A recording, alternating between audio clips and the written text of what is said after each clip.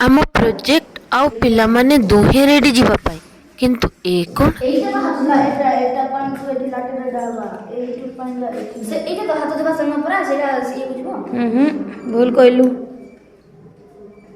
ও শৌচালয় হ্যাঁ এইটা সেই শৌচালয় সেটা যেটা হবে এই টয়লেটটাକୁ ଶୌଚାଳୟ କୁହାଯାଏ। দিদি ଏଠି ତ ଶୌଚାଳୟ ତୁ ଆ ଆଜି ଆମର ଏ ପ୍ରୋଜେକ୍ଟଟା ଦେଖିକି ଆପଣମାନେ ଜାଣିପାରୁଥିବେ ଏହା ହେଉଛି ଜଳ ସଂରକ୍ଷଣର ଏକ ପ୍ରୋଜେକ୍ଟ। ଆପଣ ଭାବୁଥିବେ ଜଳ ସଂରକ୍ଷଣ ତ ଆମର ସବୁବେଳେ ଏ ପ୍ରୋଜେକ୍ଟରେ ଥାଏ, ଆମେ କିଛି ନୂଆ କ'ଣ ଆଉ କରିଛେ ତାହେଲେ ଦେଖିବା ଆମେ ନୂଆ କ'ଣ କରିଛେ, ଜଳକୁ ଆମେ କେମିତି ସଦୁପଯୋଗ କରିବା ତାହାକୁ ଏଠାରେ ଦେଖାଯାଇଛି।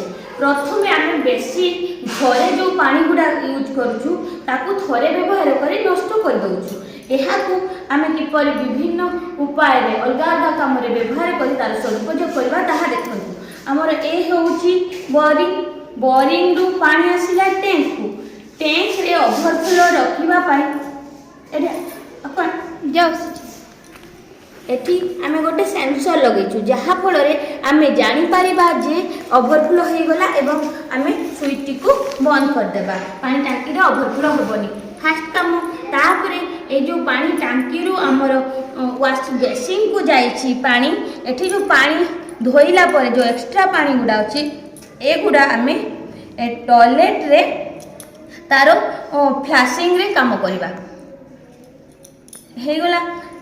ଏଠି ଯେଉଁ ଆମର ୱାଟର ପ୍ୟୁରିଫାୟର ଟ୍ୟାଙ୍କର ଯେଉଁ ଏକ୍ସଟ୍ରା ପାଣି ଗୁଡ଼ା ଅପରିଷ୍କାର ପାଣି ଗୁଡ଼ା ଅଛି ସେଗୁଡ଼ା ଆମେ ଏଠି ଗାର୍ଡେନକୁ ନେଇଯାଇଛୁ, ଗାର୍ଡେନରେ ରଖିକି ତାକୁ ଗାର୍ଡେନରେ ବ୍ୟବହାର କରିପାରିବା।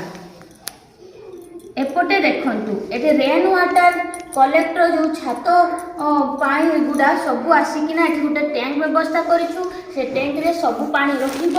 ସେ ପାଣି ଗୁଡ଼ାକୁ ଆମେ ଦରକାର ସମୟରେ ବିଭିନ୍ନ ଭେହିକିଲକୁ ଆମର ଧୋଇପାରିବା ଏବଂ ସେଥିରୁ ଯେଉଁ ଏକ୍ସଟ୍ରା ପାଣି ଗୁଡ଼ା ଧୋଇ ଆସିବ ସେ ପାଣି ମଧ୍ୟ ଆମେ ନଷ୍ଟ ନ କରି ତାକୁ ବ୍ୟବସ୍ଥା କରିଛୁ ପାଇପ୍ ମାଧ୍ୟମରେ ଆମର ଫାର୍ମକୁ ଆସିବ ଟ୍ୟାଙ୍କକୁ। ଏଠି ଆମର ବିଭିନ୍ନ ପନିପରିବା ଲଗା ହେଇଛି, ସେଠୁ ପାଣି ଆମେ ସେଠିକୁ ଦେବା। ଆଉ ଏଠି ଦେଖନ୍ତୁ ଏଠି ଆମର ପୋଖରୀଟିଏ ଅଛି, ପୋଖରୀର ପାଣିକୁ ମଧ୍ୟ ଆମେ ଭଲ ବ୍ୟବହାର କରିଛୁ। ପୋଖରୀରେ ଯେଉଁ ଲୁଗାପଟା ଧୋଇବା କାମ ଅଛି ସେଠି ଯେଉଁ ଏକ୍ସଟ୍ରା ପାଣି ଗୁଡ଼ା ରହିଯାଏ ସେଗୁଡ଼ା ମଧ୍ୟ ଫିଙ୍ଗି ନ ଦେଇ ଆମେ ତାକୁ ଆମ ଗଛ ଗୁଡ଼ାରେ ଢାଳିଦେବା। ତାପରେ ଏଠି ଅଛି ଆମର ଗାଈ ଗୋରୁ ସବୁ ଆଣିକି ଆମେ ଡାଇରେକ୍ଟ ପୋଖରୀରେ ନ ପୁରେଇ ତାକୁ ପୋଖରୀ ପାଣିକୁ ଅପରିଷ୍କାର ନ କରି ତାକୁ ପାଣି ଆଣିକି ଗାଈ ଗୋରୁଙ୍କୁ ସବୁ ଧୋଇଦେବା ଏବଂ ସେଠି ଯେଉଁ ପାଣି ପଡ଼ିବ ଆମର ଏ ଭୂଇଁରେ ପଡ଼ିବ, ସେଠି ବିଭିନ୍ନ ପ୍ରକାର ଗଛ ଆମେ ଲଗେଇବାର ବ୍ୟବସ୍ଥା କରୁଛୁ। ସରିଗଲା। ପିଲାମାନଙ୍କୁ ସବୁ ବୁଝେଇ ସାରିଲା ପରେ ବେଷ୍ଟ ଅଫ୍ ଲକ୍ କହି ପଠେଇଲି। ୱାଓ, ଆମେ ପ୍ରାଇଜ୍ ପାଇ ଯାଇଛୁ। ଥ୍ୟାଙ୍କ ୟୁ ସମସ୍ତଙ୍କୁ ରହିଲି, ବାଏ ବାଏ।